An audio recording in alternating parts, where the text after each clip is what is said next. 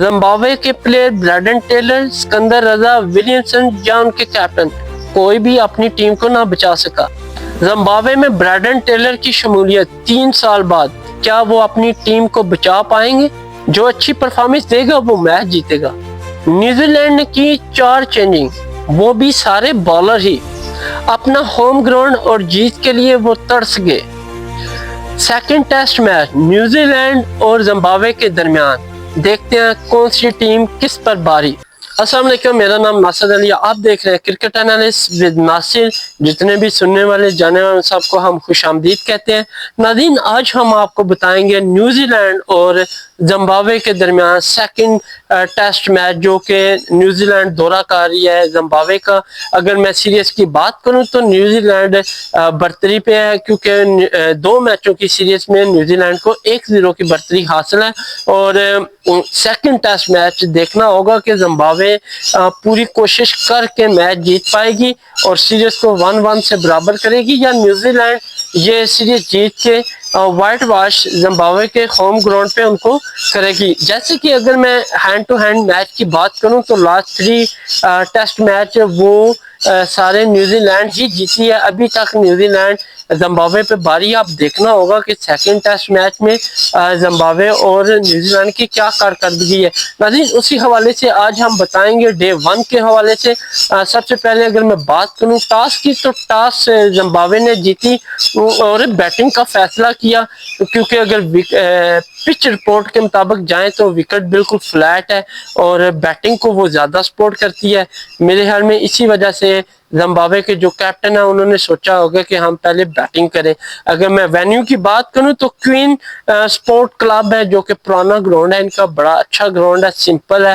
اور اگر بات کریں کراؤڈ کی تو زمبابوے کا کراؤڈ بھی کافی خاصا اچھا آتا ہے، اور دیکھنا ہوگا کہ ڈے 1 میں کون سی ٹیم بہتر پرفارم دیتی ہے۔ اگر میں ان دونوں ٹیموں کی اننگ سٹارٹ ہونے سے پہلے آپ کو تعارف کراتا چلوں ان دونوں ٹیموں کے کھلاڑیوں کی، تو سب سے پہلے بات ہوگی زمبابوے کی کہ کون سے 11 پلیئر ہیں جو کہ سیکنڈ ٹیسٹ میچ میں کھیل رہے ہیں۔ سب سے پہلے اوپننگ فیس کر رہے ہیں فرسٹ ٹیسٹ کی طرح برین بینٹ اور برینڈن ٹیلر۔ یہاں پہ اوپننگ چینج ہوئی ہے برینڈن ٹیلر کی۔ اگر میں بات کروں تو وہ 3 سال اور ہاف کہہ لیں کہ ایئر سزا کاٹ کے دوبارہ زمبابوے کو جوائن کیا انہوں نے، اور ٹیسٹ ٹیم میں انہوں نے باقاعدہ شمولیت اختیار کی ہے۔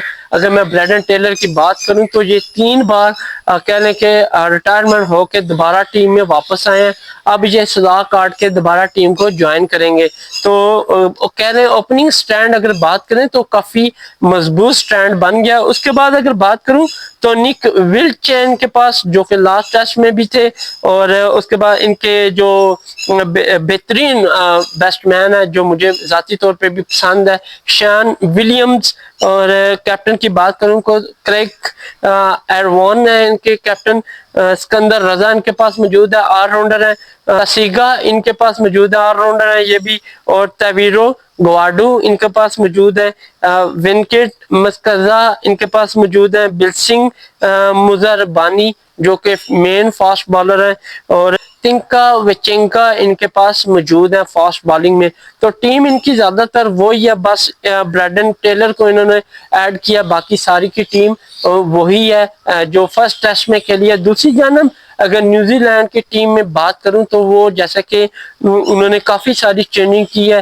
اگر میں ان کی بات کروں تو نیوزی لینڈ کے کیپٹن ہے سینٹنر، اور بڑی اچھی فارم انہوں نے دی ہے کیپٹنی کی، اور سیکنڈ اننگ میں وکٹیں لے کے۔ تو سب سے پہلے بات کروں ڈیون کنوے ان کے پاس موجود ہے، اوپننگ فیس کریں گے ان کے ساتھ ول جانگ، جو کہ دونوں ہی فارم نظر آ رہی ہے ان میں، اور جاکب ڈفی ہے ان کے پاس، ہینی نکلز ان کے پاس موجود ہے۔ اس کے بعد رویندرا موجود ہے جو کہ فرسٹ ٹیسٹ میں یہ کچھ خاص پرفارمنس نہیں دے پائے، دریل مچل جو کہ بہترین بیسٹ مین ہے، یہ بھی بہت ٹاپ کلاس کے بیسٹ مین ہے، ون ڈے اور T20 میں بھی بڑے اچھے جوڑ دکھاتے ہیں۔ اس کے بعد ان کے وکٹ کیپر ہیں ٹام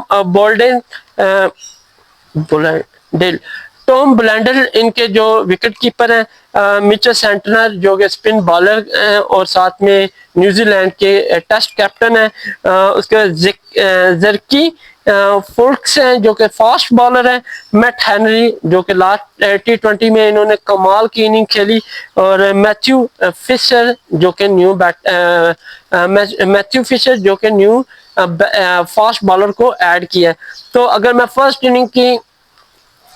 فرسٹ اننگ کی میں بات کروں تو کچھ آغاز اچھا نہ رہا زمبابوے کا، 1 رن پہ پہلی وکٹ ہی میٹ ہینری لے اڑے اور برین بینٹی کو 0 رن پہ پویلین بھیجا۔ اس کے بعد بریڈن ٹیلر کے ساتھ نک ولچ آئے اور وہ بھی کچھ زیادہ رنز نہ جوڑ سکے اور جسٹ 11 رن بنائے اور میٹ ہینری کا شکار ہوئے۔ بریڈن ٹیلر کی بات کروں تو بڑے محتاط انداز سے اور اچھی اننگ کھیل رہے تھے۔ اس کے بعد شان ولین کی بات کروں تو یہ بھی بریڈن ٹیلر کا ساتھ لمبی پارٹنرشپ نہ لگا سکے اور یوں زمبابوے کا 3rd کھلاڑی 43 رنز پہ پویلین لوٹا اور فلکس کے شکار یہ بنے۔ اور اگر ولیمسن کی بات کریں تو 11 رن جسٹ انہوں نے بنائے۔ اس کے بعد کرگ ایروائن کی بات کروں تو یہ بھی کچھ بھی پرفارمنس نہ دے سکے اور ایک کے بعد ایک پویلین جاتا گیا اور بریڈن ٹیلر کے ساتھ یہ لانگ باری کھیلنے میں ناکام رہے۔ اور اگر زمبابوے کے کیپٹن کی یہاں پہ ڈیٹیل شیئر کروں تو جسٹ 7 رن انہوں نے بنائے اور یہ بھی فالکس کا ہی شکار ہوئے۔ یوں زیکری فالکس کہہ لیں کہ 4 وکٹس بیک ٹو بیک انہوں نے لی اور زمبابوے ٹیم کو ٹوٹلی ڈیمیج کر کے رکھ دیا۔ اس کے بعد میں بات کروں سکندر رضا اور بریڈن ٹیلر کی تو ان دونوں کے درمیان بھی کچھ خاص آغاز نہ ہوا۔ یہاں پہ ایک بڑی وکٹ گری، وہ تھی بریڈن ٹیلر کی صورت۔ 5 کھلاڑی زمبابوے کے 83 رن پہ پویلین لوٹے اور یہ بھی میٹ ہینری کا ہی شکار ہوئے۔ اس کے بعد اگر سکندر رضا کی بات کریں تو وہ بھی 5 رن بنائے اور فالکس کی بال پہ یہ پویلین لوٹے۔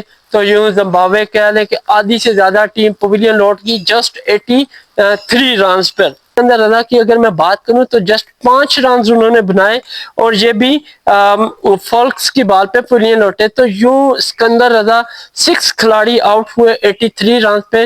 یوں نیوزی لینڈ نے 100 سے پہلے ہی 6 کھلاڑی پویلین بھیج دیے اور زمبابوے کی اگر میں بات کروں تو تباہ کن ان کی زمبابوے کی اگر میں بات کروں تو بہت ہی پریشانی ہے، اگر زمبابوے کی میں بات کروں تو بہت ہی مایوس کن کارکردگی انہوں نے کی اپنے ہوم گراؤنڈ میں اور ان کے ابھی کچھ ہی سیشن ہوئے ہیں تو 83 پہ 6 کھلاڑی ان کے پویلین لوٹ گئے۔ اس کے بعد اگر میں بات کروں